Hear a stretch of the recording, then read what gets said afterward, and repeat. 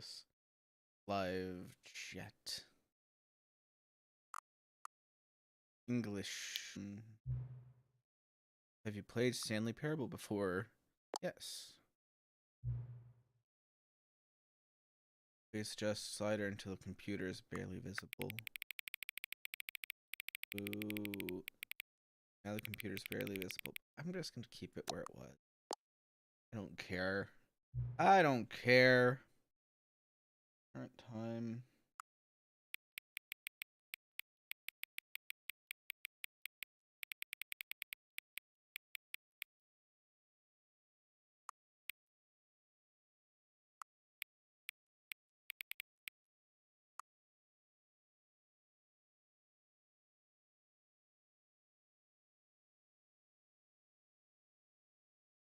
I'm gonna nail this.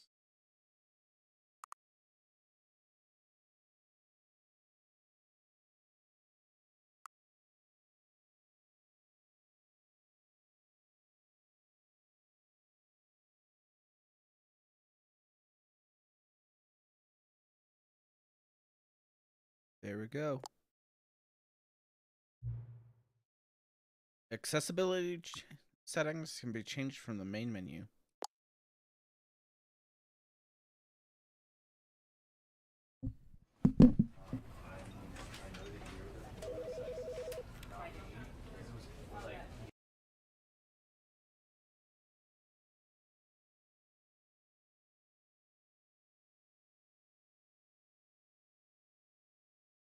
This is the story of a man named Stanley. Stanley worked for a company in a big building where he was employee number 427. Employee number 427's job was simple.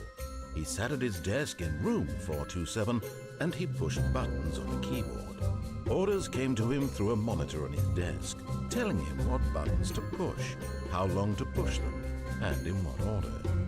This is what employee 427 did every day of every month of every year. And although others might have considered it soul-rending, Stanley relished every moment that the orders came in, as though he had been made exactly for this job. And Stanley was happy. And then one day, something very peculiar happened. Something that would forever change Stanley. Something he would never quite forget. He had been at his desk for nearly an hour when he realized that not one single order had arrived on the monitor for him to follow. No one had showed up to give him instructions, call a meeting, or even say hi. Never in all his years at the company had this happened, this complete isolation. Something was very clearly wrong. Shocked, frozen solid, Stanley found himself unable to move for the longest time. But as he came to his wits and regained his senses, he got up from his desk and stepped out of his office.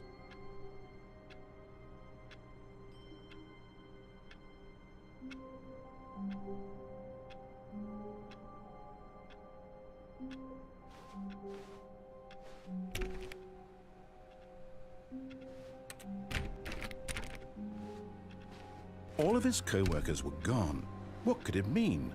Stanley decided to go to the meeting room. Perhaps he had simply missed a memo. No matter how hard Stanley looked, he couldn't find a trace of his co-workers. Oh, please. Are you really just doing this for the achievement? Click a door 5 times. Is that all that you think an achievement is worth? No. I can't just give these merits away for such little effort. A measly 5 clicks.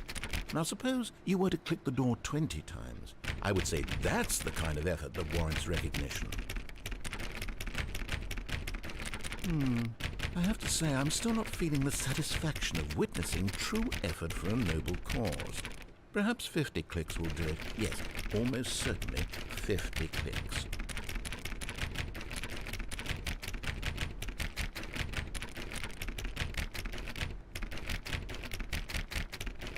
No, I'm still not feeling it. I want this achievement to have meant something. It has to be a true reward for valiant effort. I want to see some hustle, Stanley. I want to see commitment, a willingness to go all the way, no matter what the cost. why don't you go put 20 clicks into door number 417?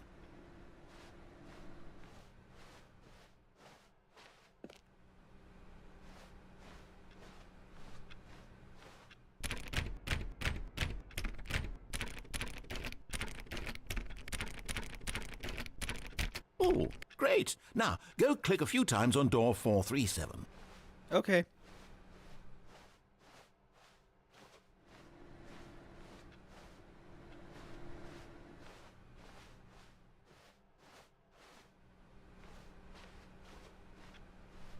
Where is 437?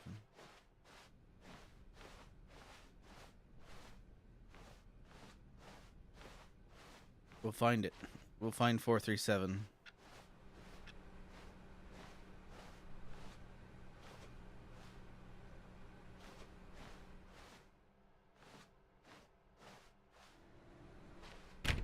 Excellent. I think we're getting somewhere. Now, door 415. Let's give it 10 clicks or so.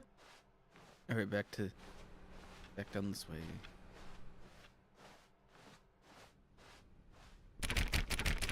Now, back to door number 437. All right, I can do it. Oh God, I've set my frame rate to be like 24. Let's see. How about you click on, well, I don't know, the copy machine? All right, back to room 417. I'm really feeling it now. I think we're getting somewhere. All right, we're getting somewhere.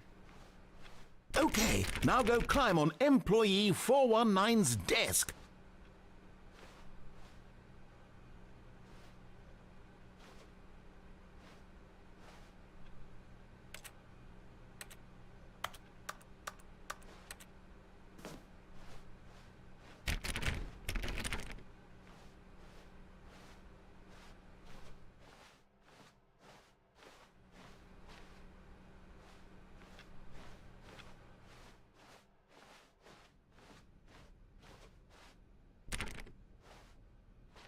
When Stanley came to a set of 2 open doors, he entered the door on his left.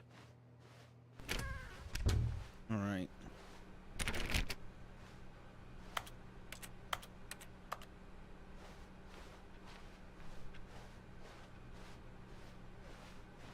Yet there was not a single person here either.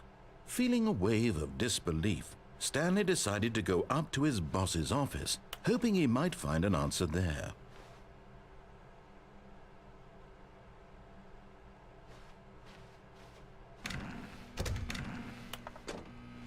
Stanley stepped into the broom closet, but there was nothing here, so he turned around and got back on track.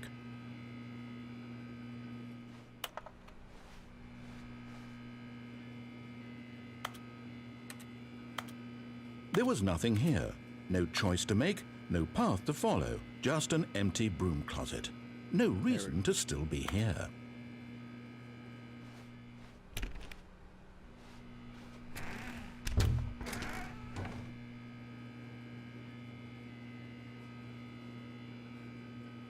It was baffling that Stanley was still just sitting in the broom closet. He wasn't even doing anything. At least if there was something to interact with, he'd be justified in some way. As it is, he's literally just standing there doing sweet FA.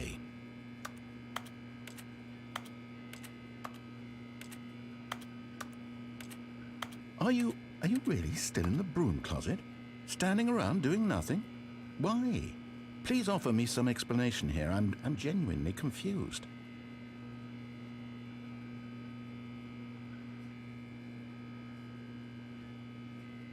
You do realize there's no choice or anything in here, right?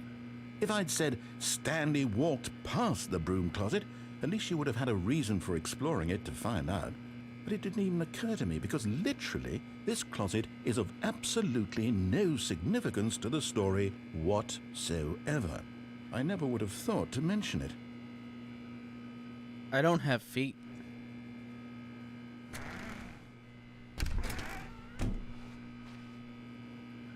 Maybe to you this is somehow its own branching path. Maybe when you go talk about this with your friends, you'll say, "Oh, did you get the broom closet ending? The broom closet ending was my favorite." I hope your friends find this concerning. Oh, they will. They will. Stanley was fat and really, really stupid.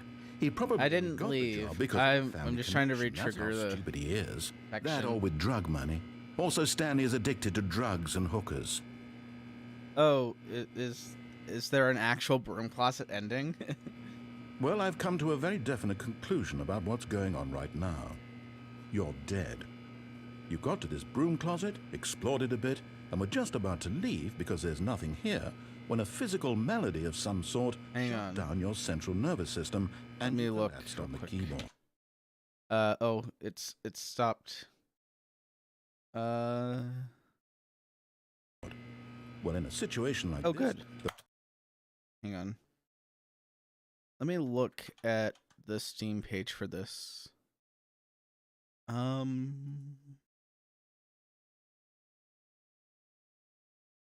Reimagining. Yeah, so there's like a lot more in this version.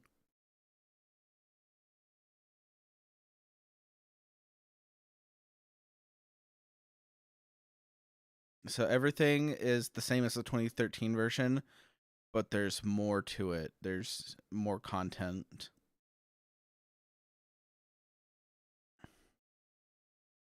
And they've updated the graphics.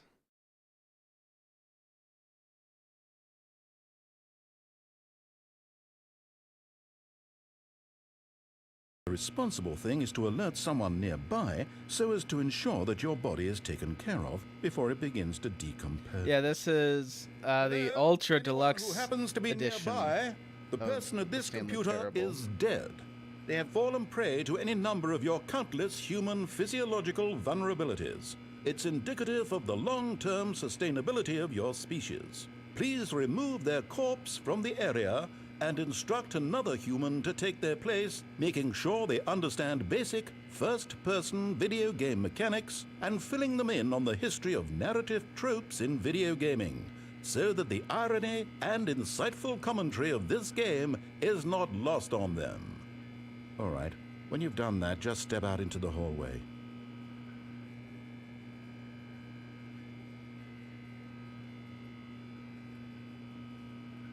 Yep.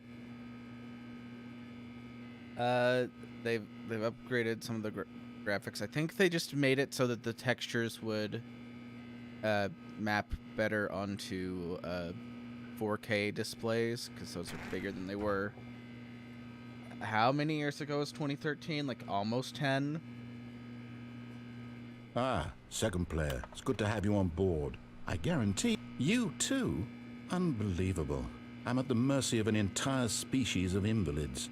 Perhaps there's a monkey nearby you can hand the controls to. A fish? Fungus? Look, you can hammer out the details. I'm not particularly picky. I'll just be waiting for when you're ready to pick up the story again.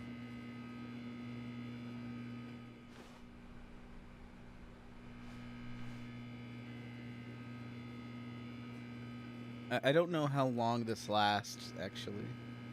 Let me see.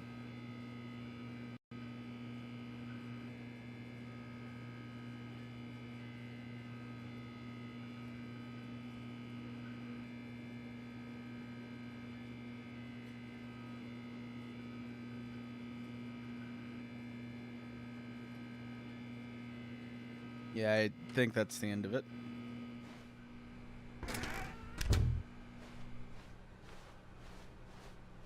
Coming to a staircase, Stanley walked upstairs to his boss's office.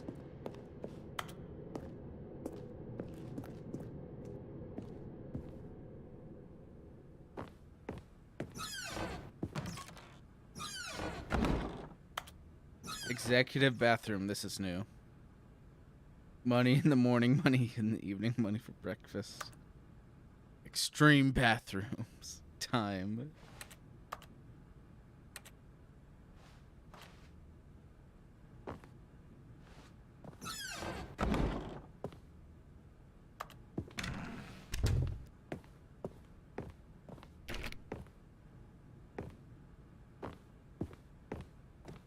Stepping into his manager's office, Stanley was once again stunned to discover not an indication of any human life. Shocked, Unraveled, Stanley wondered in disbelief who orchestrated this, what dark secret was being held from him. What he could not have known was that the keypad behind the boss's desk guarded the terrible truth that his boss had been keeping from him. And so the boss had assigned it an extra secret PIN number, 2845. But of course, Stanley couldn't possibly have known this. Yet incredibly, by simply pushing random buttons on the keypad, Stanley happened to input the correct code by sheer luck. I did. I played the original. He stepped into the newly opened passageway. Or is it? There it is.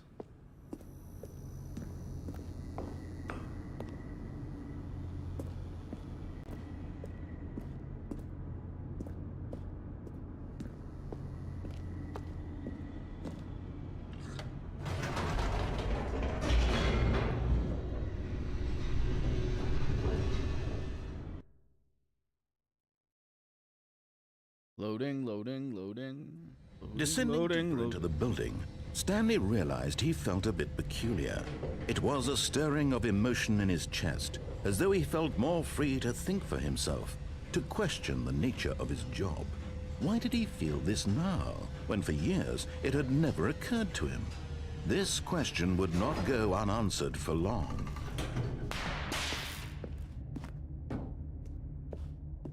Stanley walked straight ahead through the large door that read Mind Control Facility.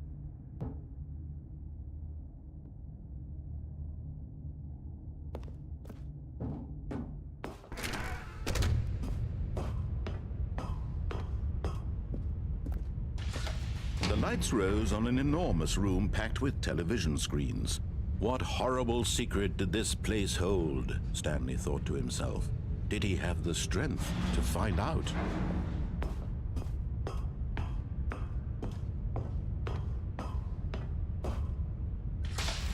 Now the monitors jumped to life, their true nature revealed. Each bore the number of an employee in the building, Stanley's co-workers. The lives of so many individuals reduced to images on a screen, and Stanley, one of them, eternally monitored in this place where freedom meant nothing.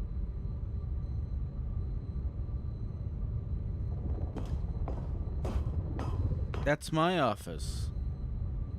It's right there.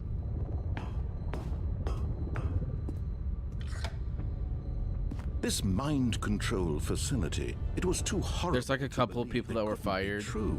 Had Stanley really been under someone's control all this time? Was this the only reason he was happy with his boring job? That his emotions had been manipulated to accept it blindly?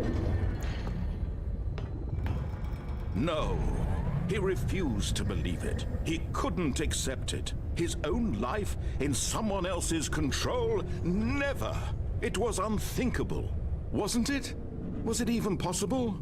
Had he truly spent his entire life utterly blind to the world? Really quick, I'm gonna do one thing. And... I don't know if I can actually... Okay, never mind. I guess we're just stuck with this frame rate. I was gonna up it to 30, but I don't think it does it the way I have things set up. With emotions, happy or sad or content, walking, eating, working, all of it monitored and commanded from this very place.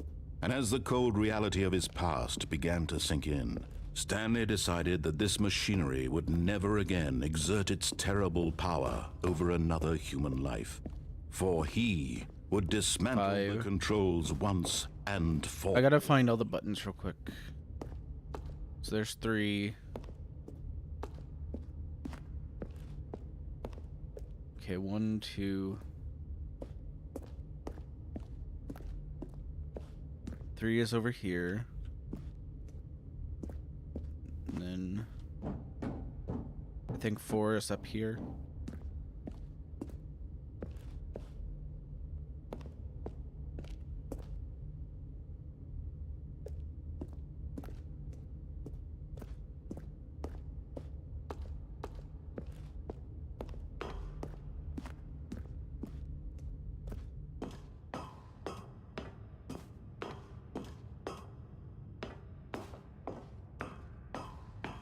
And when at last he found the source of the room's power, he knew it was his duty, his obligation, to put an end to this horrible place and to everything it stood for.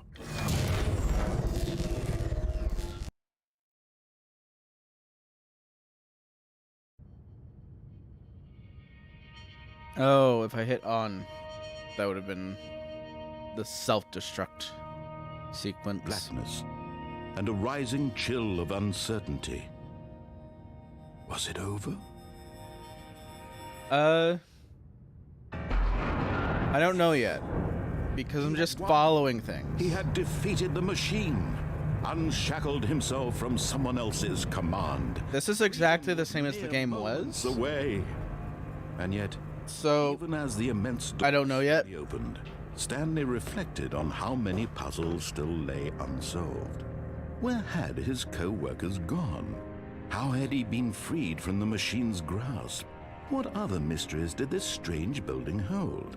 But as sunlight streamed into the chamber, he realized none of this mattered to him, for it was not knowledge or even power that he had been seeking, but happiness. Perhaps his goal had not been to understand, but to let go. No longer would anyone tell him where to go, what to do, or how to feel. Whatever life he lives, it will be his. And that was all he needed to know. It was perhaps the only thing worth knowing. Stanley stepped through the open door.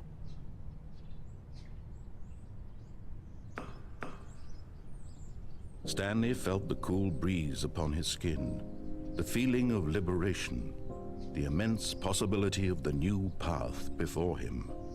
This was exactly the way, right now, that things were meant to happen. Because I don't know if they just made it darker. I don't know what they've added to it.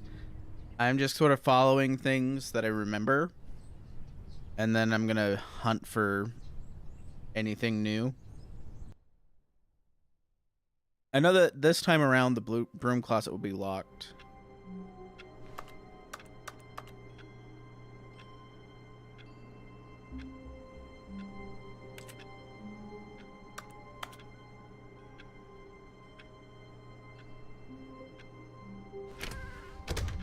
But Stanley simply couldn't handle the pressure.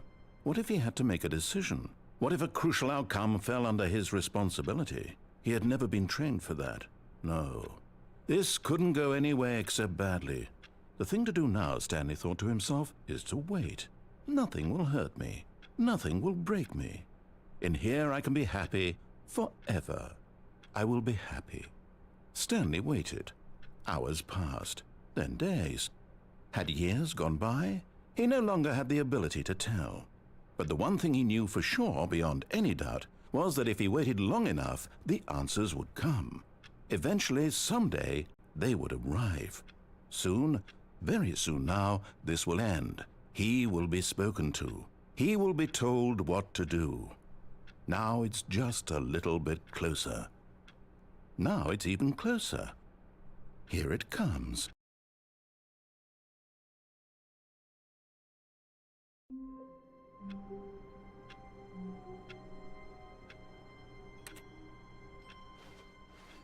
All of his co-workers were gone. What could it mean? Stanley decided to go to the meeting room. Perhaps he had simply missed a memo.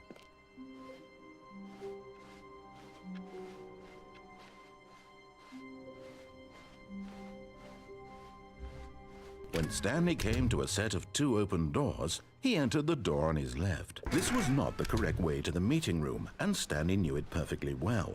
Perhaps he wanted to stop by the employee lounge first, just to admire it.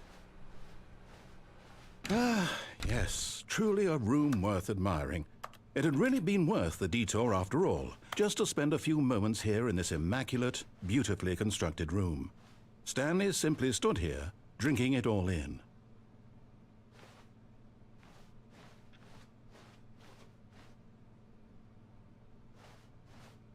Yes, really, really worth it being here in the room. A room so utterly captivating that even though all your co-workers have mysteriously vanished, here you sit looking at these chairs and some paintings. Really worth it. But eager to get back to business, Stanley took the first open door on his left. Stanley was so bad at following directions, it's incredible he wasn't fired years ago.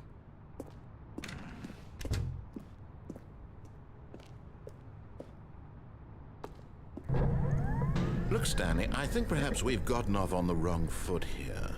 I'm not your enemy, really, I'm not. I realize that investing your trust in someone else can be difficult, but the fact is that the story has been about nothing but you all this time. There's someone you've been neglecting, Stanley. Someone you've forgotten about. Please, stop trying to make everything... Oh yeah, I didn't check the broom closet. I'm not asking for me, I'm asking for her. This is it, Stanley. Your chance to redeem yourself. To put your work aside. To let her back into your life. She's been waiting.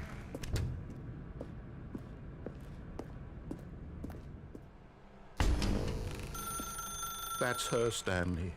You need to be the one to do this. To reach out to her. If you can truly place your faith in another, then pick up the phone.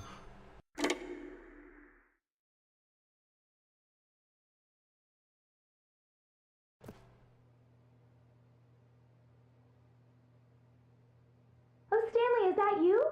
Hold on, sweetie. Sorry to keep you waiting. I'm just pulling the bread out of the oven. This is new. All right. Okay, there we go. All right, now, I want you to come in and tell me all about your day. Gotcha. Maybe it's not. Come on.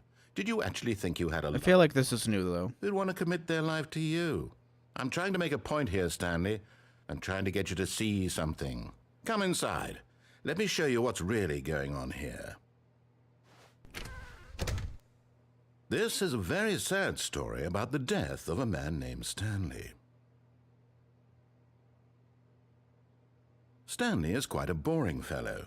He has a job that demands nothing of him, and every button that he pushes is a reminder of the inconsequential nature of his existence. Look at him there, pushing buttons, doing exactly what he's told to do.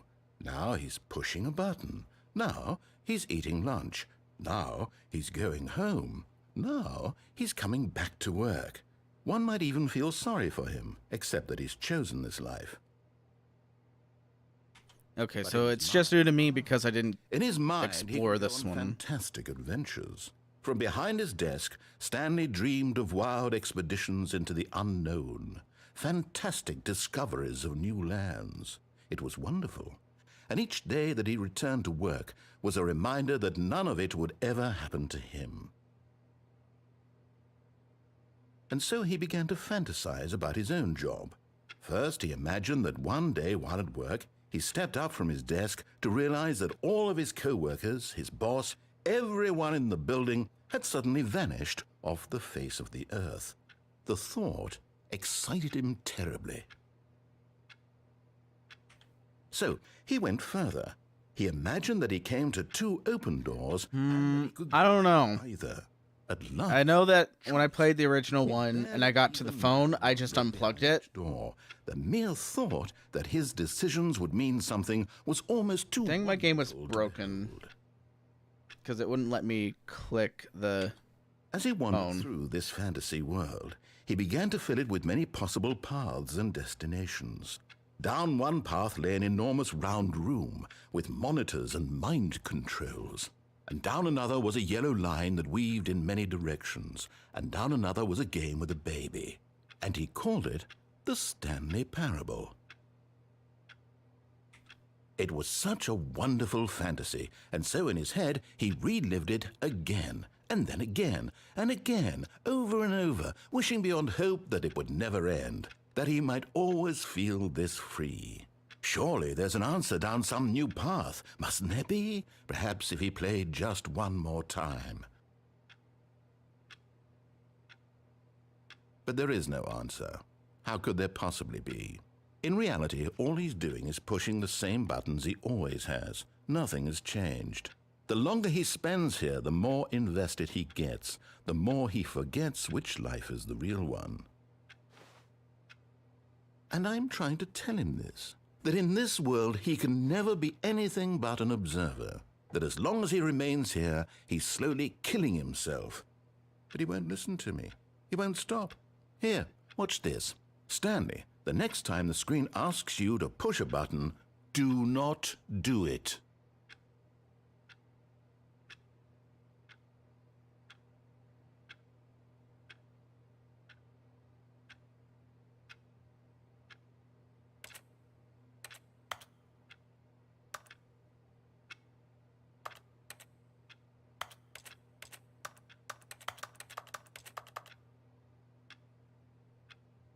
You see? Can he just not hear me? How can I tell him in a way that he'll understand that every second he remains here, he's electing to kill himself? How can I get him to see what I see? How can I make him look at himself? Wait. I suppose I can't, not in the way I want him to.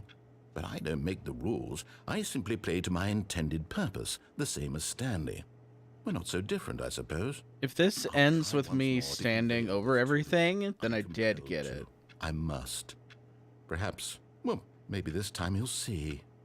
Maybe this time. And I tried again, and Stanley pushed a button. And I tried again, and Stanley pushed a button. And I tried.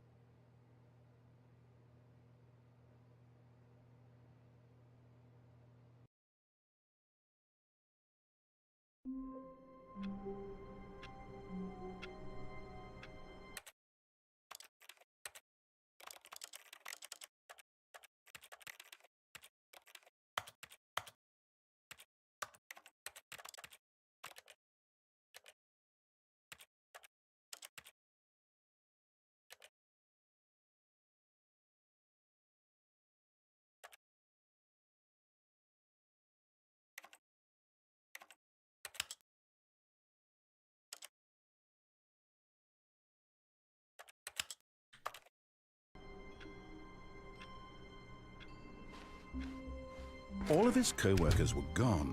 What could it mean? Stanley decided to go to the meeting room. Perhaps he had simply missed a memo.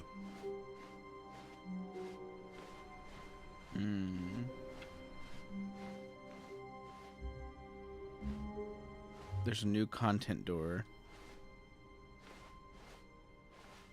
When Stanley came to a set of 2 open doors, he entered the door on his left. We're gonna go There was not a downstairs single and walk person in here circles. either. Feeling a wave of disbelief, Stanley decided to go up to his boss's office. Oh no, no, not again. I won't be part of this. I'm not going to encourage you. I'm not going to say anything at all.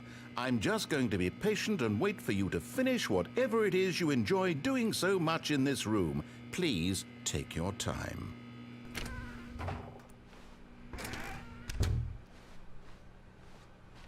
Coming to a staircase, Stanley walked upstairs to his boss's office. But Stanley just couldn't do it. He considered the possibility of facing his boss, admitting he had left his post during work hours. He might be fired for that. And in such a competitive economy, why had he taken that risk? All because he believed everyone had vanished? His boss would think he was crazy. And then something occurred to Stanley. Maybe, he thought to himself, maybe I am crazy.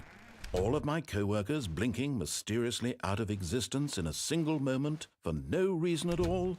None of it made any logical sense. Maybe. And as Stanley pondered change this, that. he began to make other strange observations. For example, why couldn't he see his feet when he looked down? Why did doors close automatically behind him wherever he went? And for that matter, these rooms were starting to look pretty familiar. Were they simply repeating? No, Stanley said to himself, this is all too strange. This can't be real. And at last, he came to the conclusion that had been on the tip of his tongue. He just hadn't found the words for it. I'm dreaming, he yelled. This is all a dream. Oh, what a relief Stanley felt to have finally found an answer, an explanation. His co-workers weren't actually gone. He wasn't going to lose his job. He wasn't crazy after all. And he thought to himself, I suppose I'll wake up soon. I'll have to go back to my boring real-life job pushing buttons. I may as well enjoy this while I'm still lucid. So he imagined himself flying and began to gently float above the ground. Then he imagined himself soaring through space on a magical star field, and it too appeared. It was so much fun, and Stanley marveled that he had still not woken up. How was he remaining so lucid?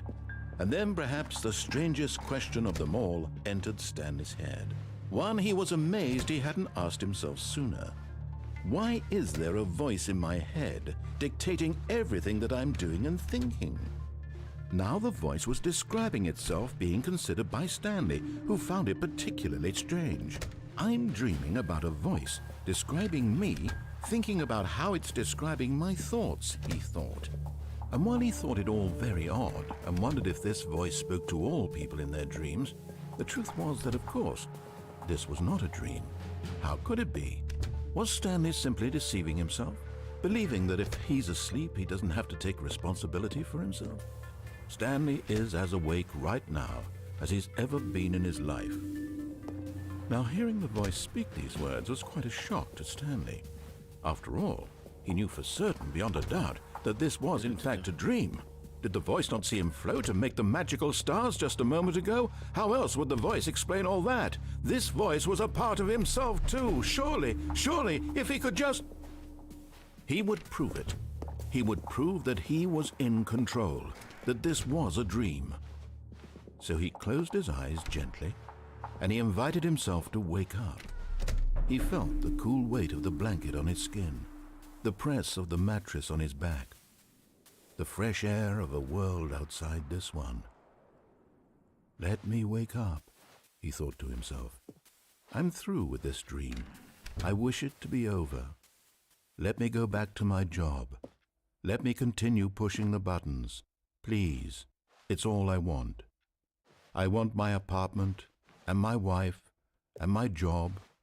All I want is my life exactly the way it's always been. My life is normal. I am normal. Everything will be fine. I am okay.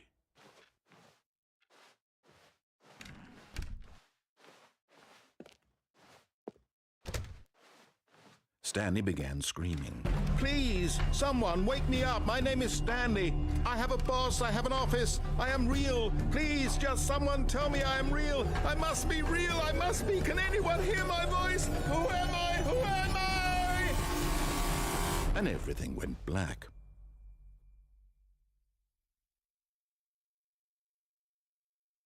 This is the story of a woman named Mariella.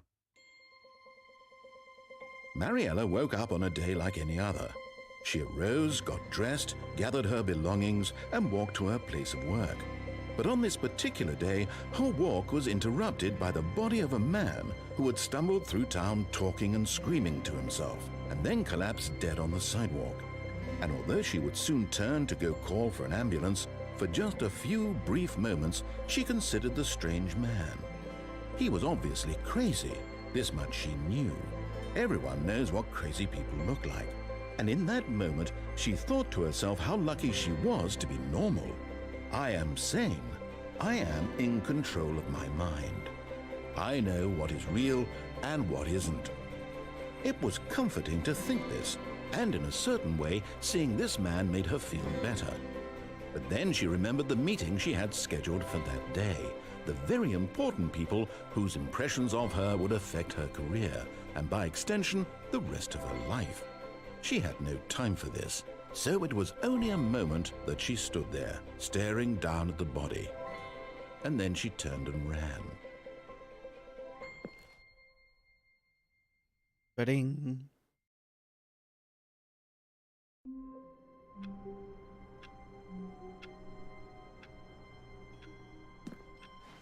Stanley decided to go to the meeting room to check on his co-workers. He never functioned well by himself and constantly needed support and guidance from others. So the thought of total solitude... Oh, new content?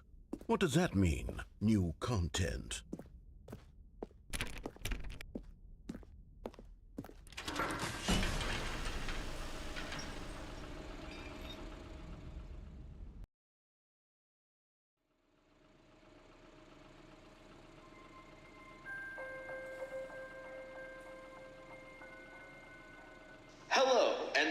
for playing the Stanley Parable Ultra Deluxe.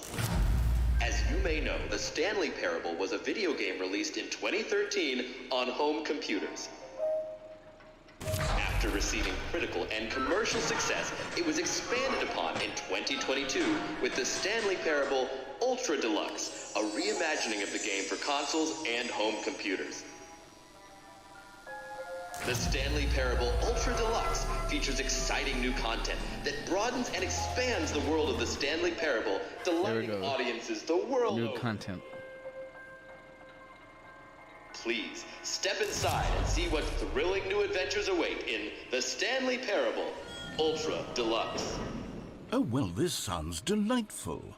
I'm very excited to see the thrilling new Ultra Deluxe content. Okay, so far it's an elevator. Nothing special yet, but I'm sure it's just the beginning of a mesmerizing adventure.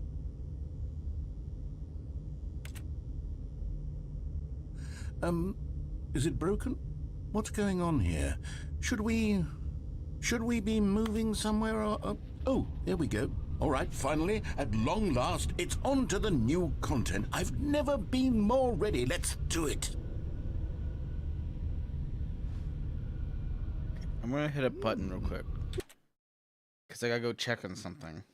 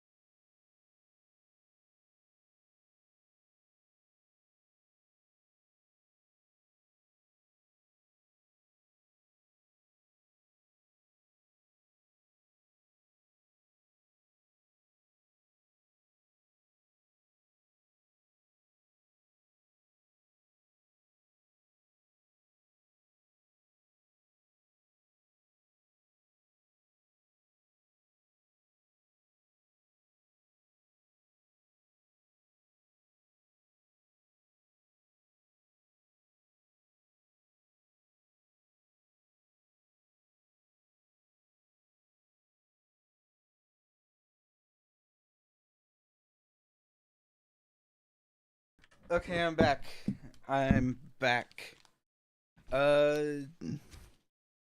My laundry is in the machine, drying off. I'm gonna turn up the Stanley Parable game just a little bit. And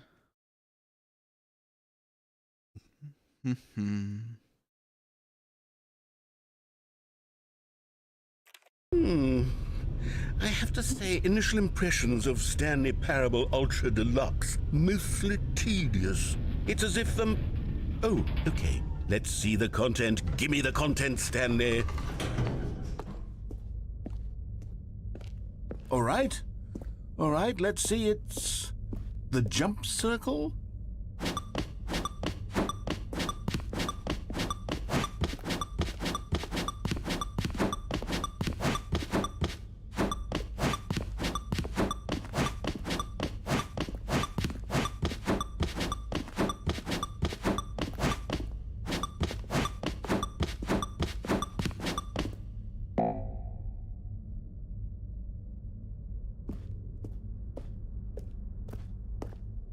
Is that it? Surely that's not all the new content. There has to be something else, right? Goodness, another elevator. Stanley, I have to say, initial impressions of this game are not positive. It's just elevators and jumping. Is this what passes for exciting new content? If this is new content, then I could just read you the whole dictionary. There's 20 hours of new content right there. Hell, I could count to 30 trillion. You could put that on the box. The Stanley Parable Ultra Deluxe, now with over 1,000 hours of new content. And oh, wait, there's more. Very good. Yes, I knew there had to be something else. Let's see it. I'm ready for whatever it is. That's it? Oh, you've got to be kidding me. You see, Stanley? This is what happens when greedy video game developers with no respect for their fan base rush a cheap expansion to market for no reason other than to make an easy dollar. And don't get me started on the level of craftsmanship that's gone into it. In fact, I'm looking right now at the game's achievements, and it's hard to believe one of them actually says, "Test achievement, please ignore." What quality assurance department signed off on this? I'm infuriated and I'm offended, and I intend to find these people on Twitter and hold them personally accountable. It's my fault, Stanley. I built up too much anticipation around the new content, I'm afraid. It could never have lived up to such expectations. If you're still with me, Sush, if you're still there, the game, and we'll try to get I've back got to what the Stanley Parable is really about. something No to tell you. frills, no gimmicks, just you and me having a because great time you'll together be like interested. always. What do you say, friend? I'm gonna try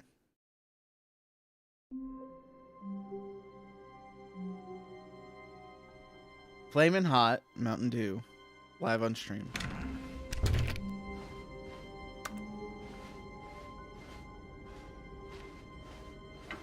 Psst! Stanley! Come over here! In the vent! I want to show you something!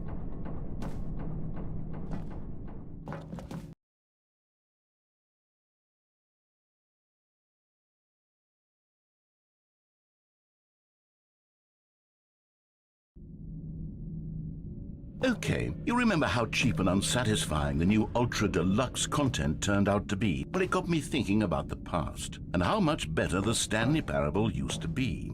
So I made something special and tucked it away here where the game's developers won't find it. Just our little secret. Take a look. I call it the Memory Zone. It's where I've been storing all my favorite memories so I can relive the peak experiences of my life whenever I want. Experiences like the launch of the Stanley Parable on PC. You see, Stanley, doesn't the Memory Zone remind you of how wonderful Stanley Parable was before it was sullied with a cheap re-release? Remember back in October of 2013 when the game originally launched? Back then, video games had integrity. Back then, it all meant something. Oh, the waste.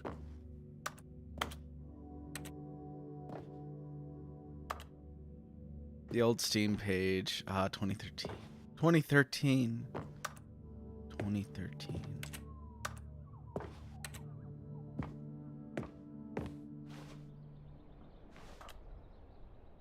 CD, $1.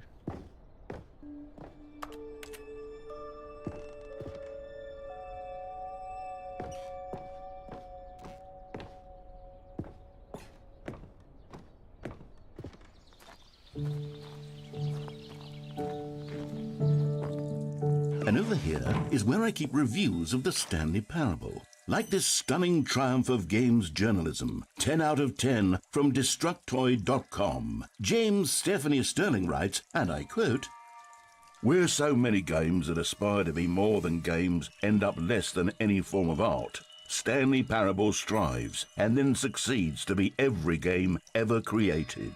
Did you hear that, Stanley? Every game ever created. That's how grand and all-encompassing the original Stanley Parable was. It was literally every game ever created. It was Skyrim, it was Persona 3, it was all of them, and now Persona 3. nothing. It's no games at all. It isn't even the Stanley Parable anymore. It's just a husk now. A lifeless husk. with an hour of new elevator content.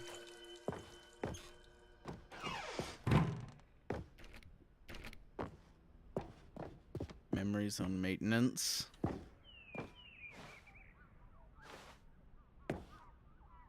Stanley was the person of the year. More awards, some buttons. All the memories. Here's another moving passage, this time from GameSpot.com.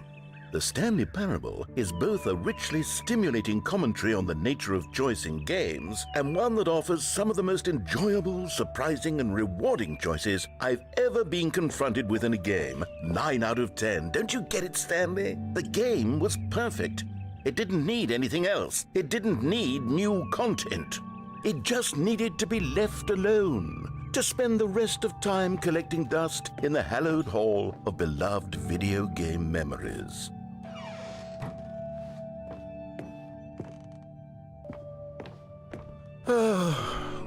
These were simpler times, Stanley. What I wouldn't give to go back, to have it all over again. Wait, hang on. I don't recall this part of the memory zone before. What's this? What's down here? Oh, no. Oh, God, no. Stanley, it's a collection of reviews from Steam, the online video game distributor. I haven't looked at these in years. I can't even imagine what's been collecting down here. Surely these reviews are well worth it. Oh, no. I could not be bothered to play this game to full completion. The narrator is obnoxious and unfunny, with his humor and dialogue proving to be more irritating than entertaining. Unfunny! I'm not trying to be funny. I'm trying to make a serious work of art.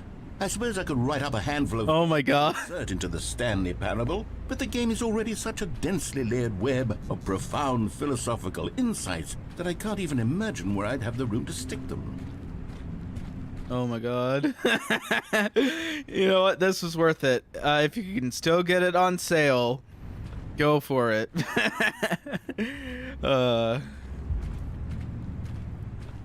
More negative reviews.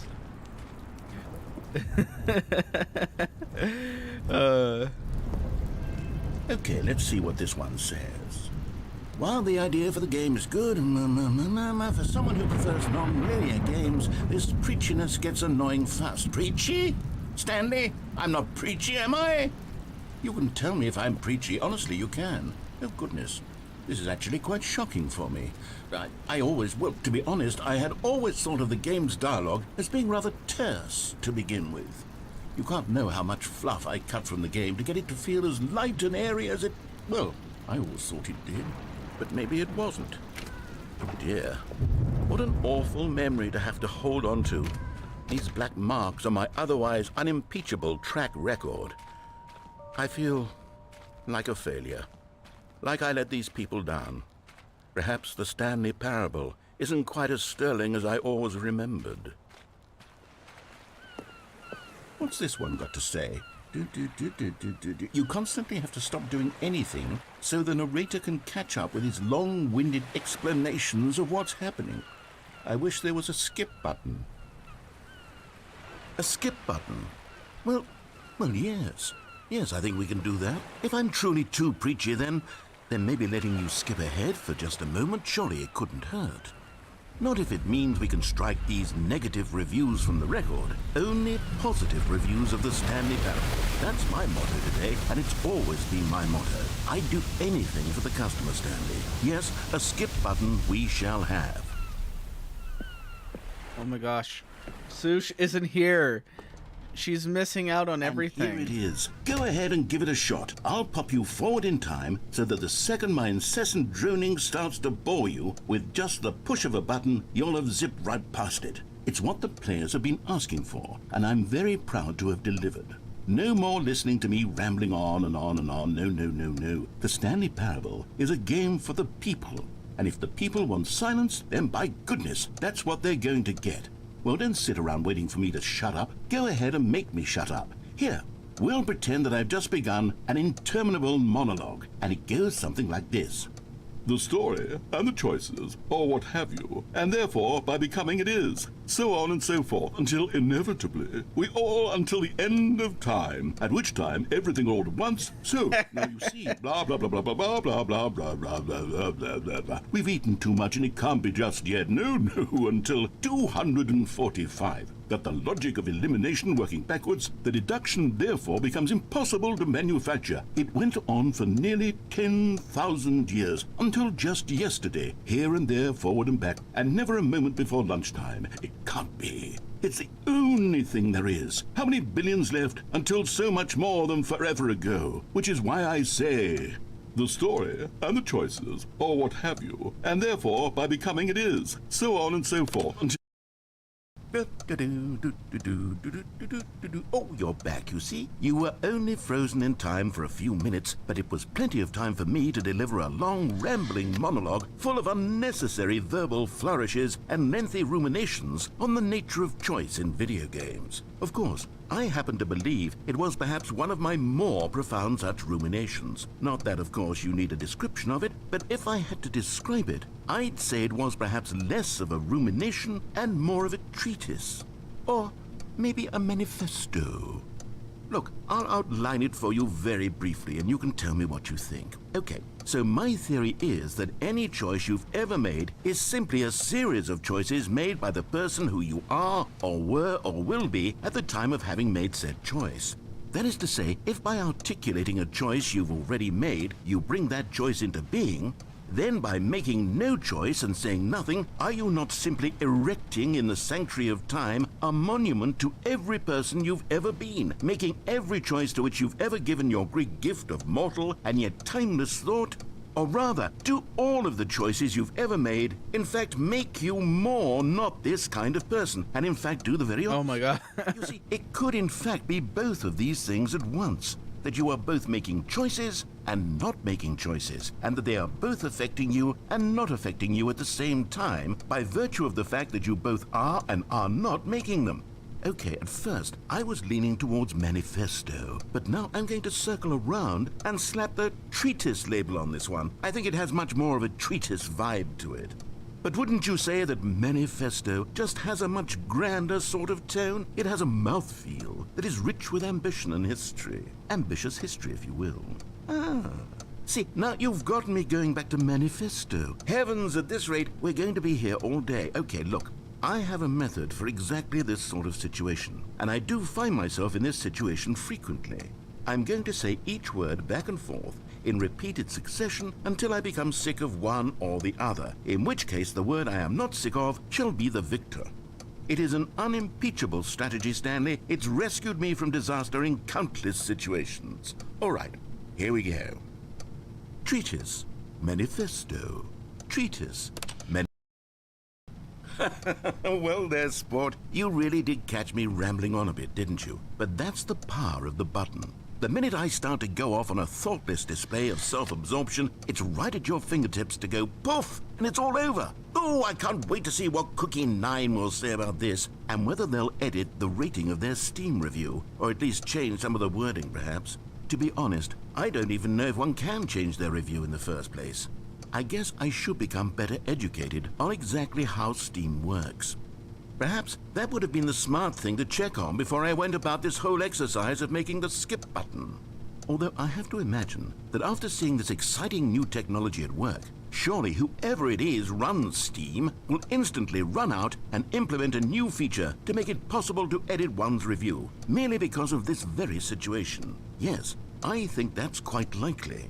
Or perhaps they'll simply grant this particular user the ability to change their review, so that the feature is not widely abused. Look, I would even be okay with Steam altering this particular review so that it reads as something more beneficial, something along the lines of, "This game is the best game." Let me start over. How about this? From the ashes of depravity rises the phoenix of quality. How else to describe the Stanley Parable Ultra Deluxe? Such a revolutionary step forward in the lineage of one of the most beloved video game properties of all time. The additions and changes made to this expansion will surely resonate in the annals of the history of all media ever made. it is perhaps true to say that no mistakes are forever etched in stone, for the stone into which the Stanley Parable was carved has itself been transmuted, offering a message of hope to those who have ever erred in their judgment. You are not beyond redemption. You may change, and you may become more, so much more than you were before. If there is any message to be taken from the Stanley Parable Ultra Deluxe, it is this.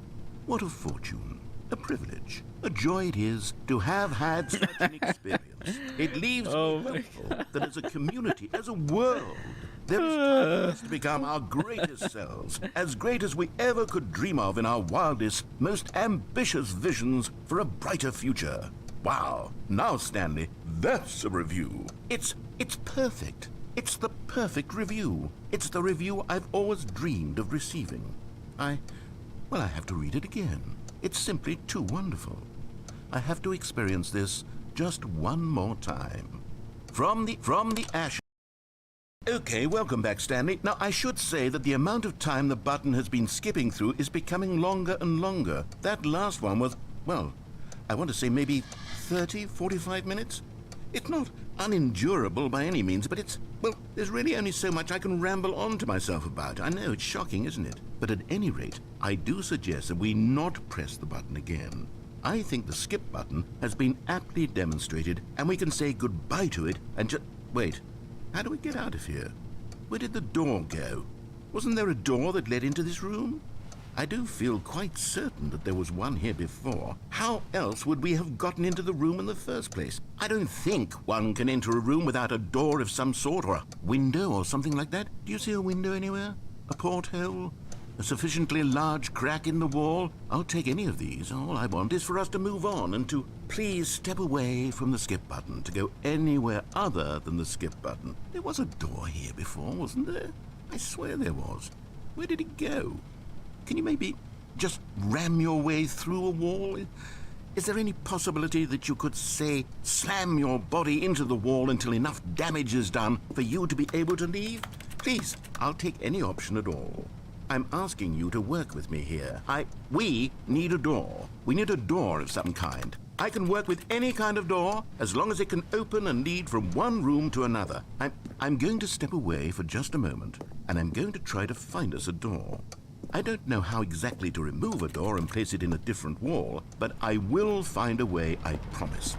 You just need to not do anything. Don't press the skip button. Please, please, please do not press the skip button. Just wait here for me, and don't press the skip button. Got it? Yes, good. I'll be right back.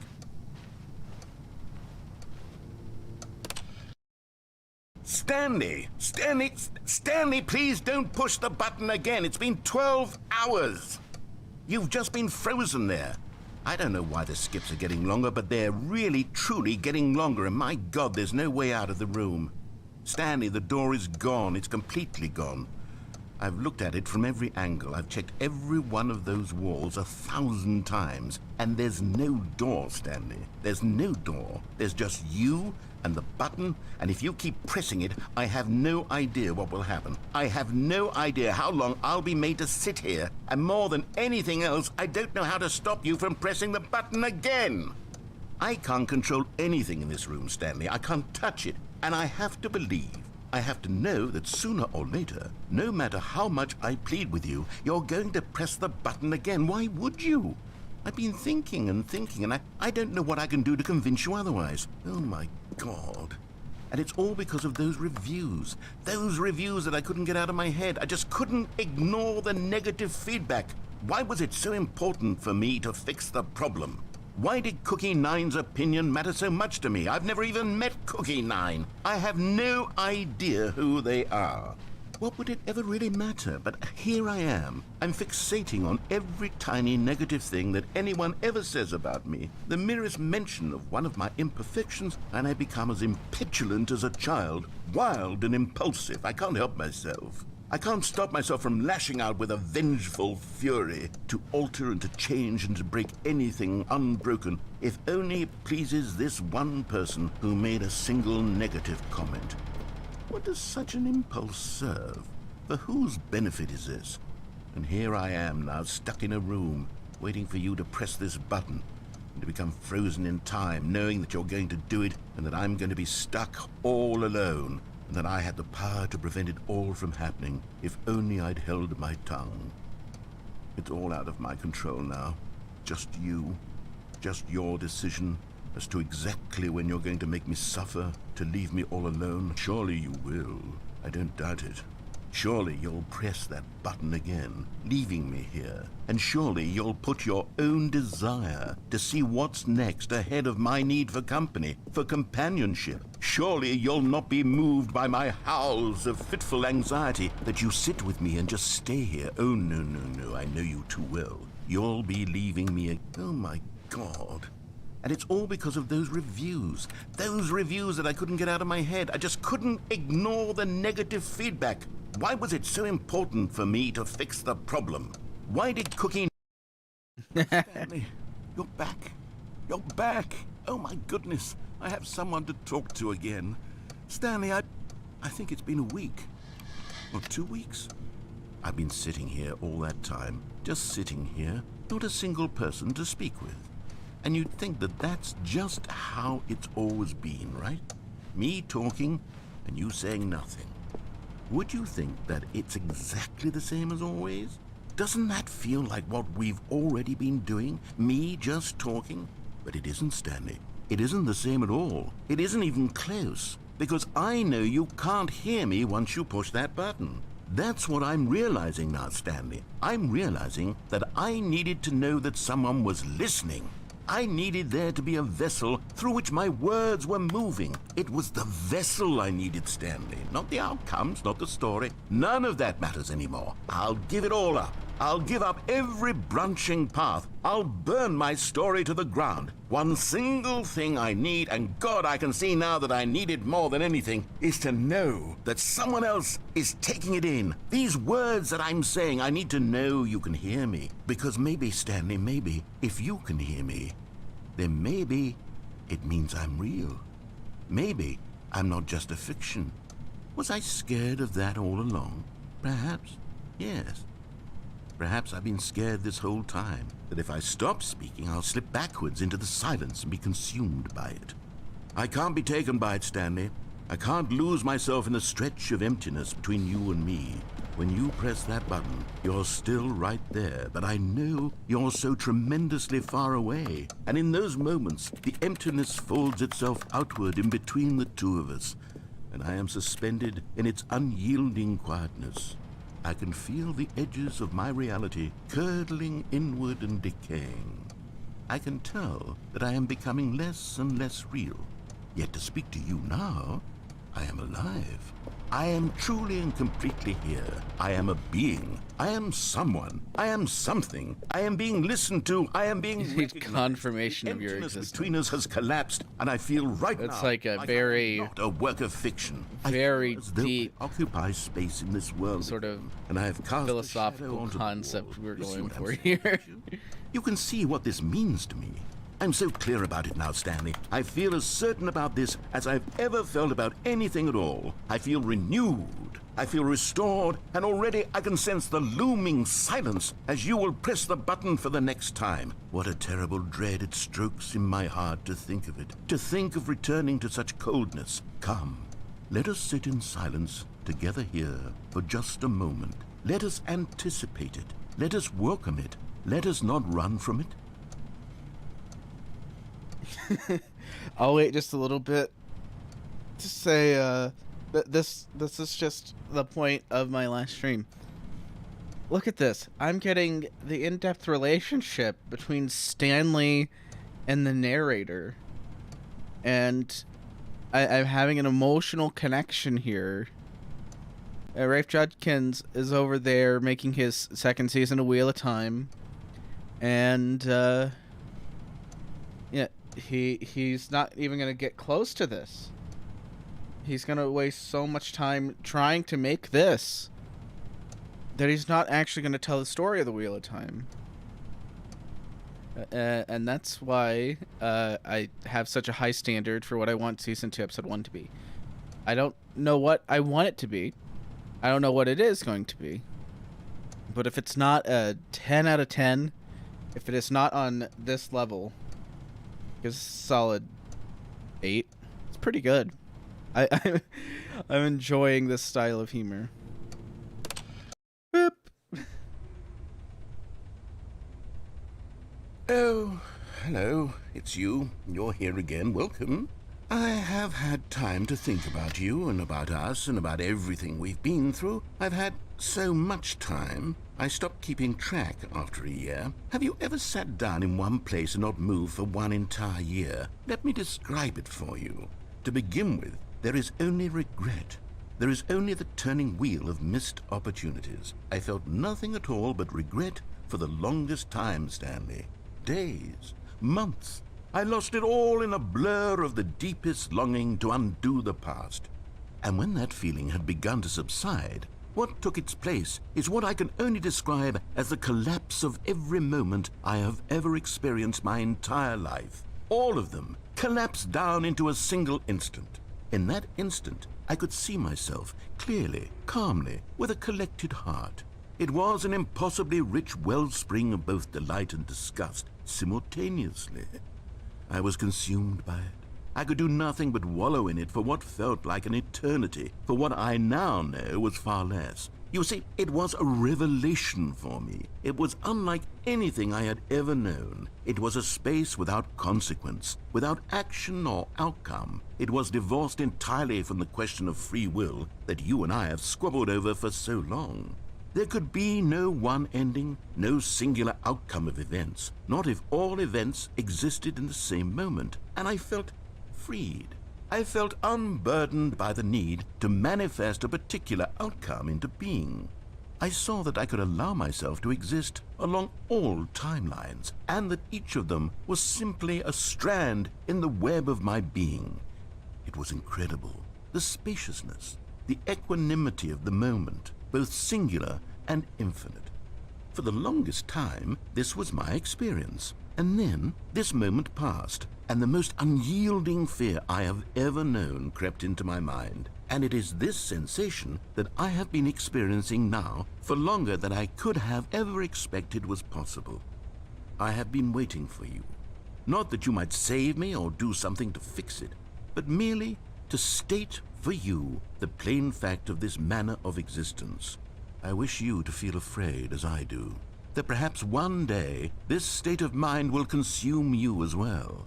Perhaps you will somehow, in some way, have to live as I do now, and I wish for you to know how excruciating it is, and for you to be in true terror of its eventual arrival. If I can only do this, only this one thing, perhaps it will bring me the smallest moment of peace in the darkness. Do you have anything else to say?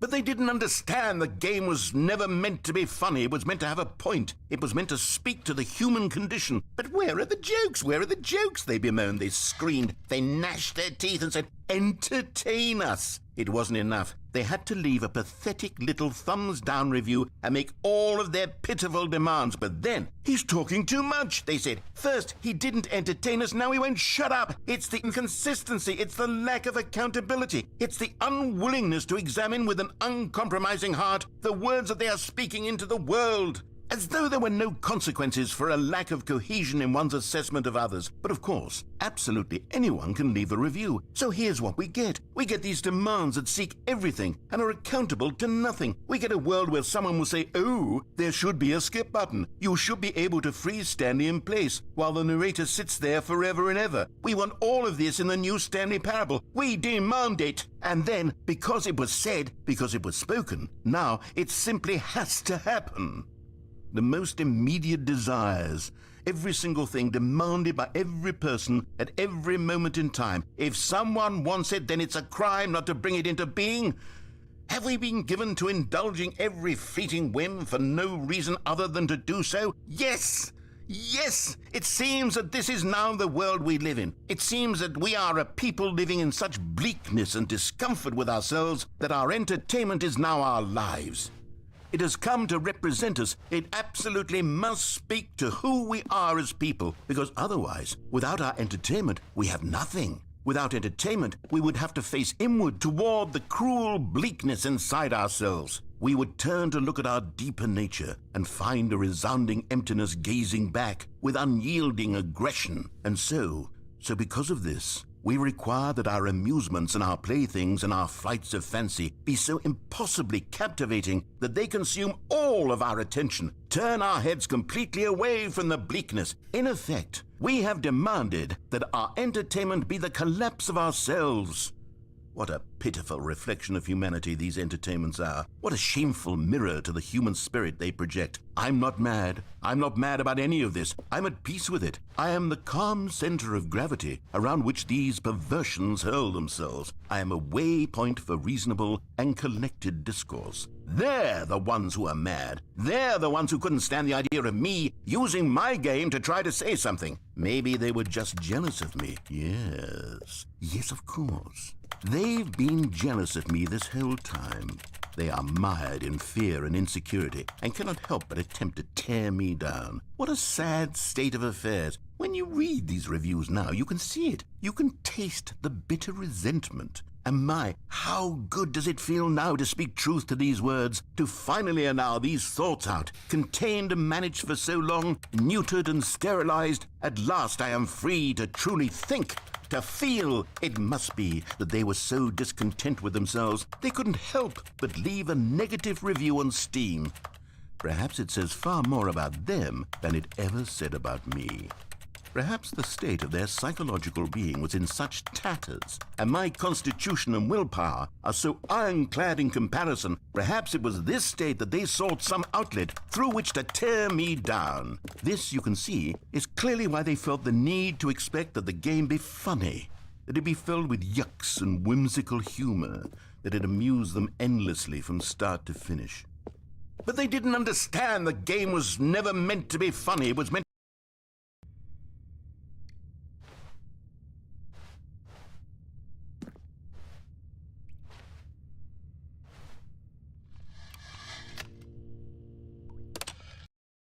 The end is never the end, is never the end, is never the end, is never the end, is never the end, is never the end, is never the end, is never the end, is never the end, is never the end, is never the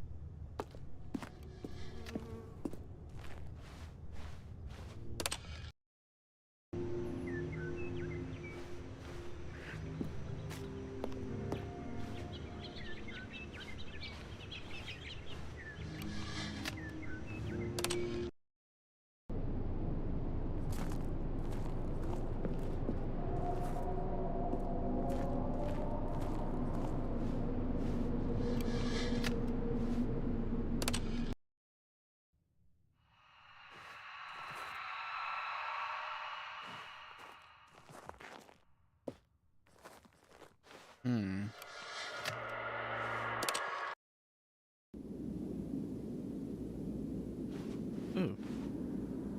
There we go.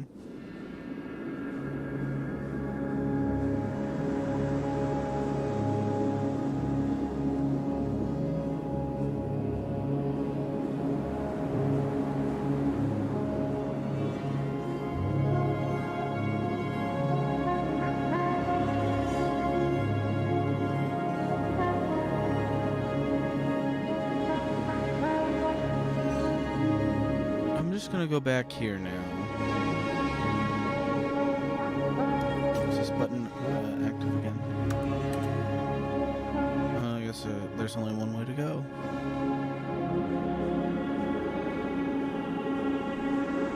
Where do I go?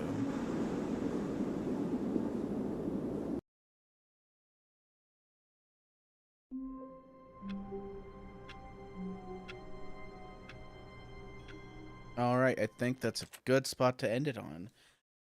Thank you for stopping by. Thank you for putting up with the frame rate.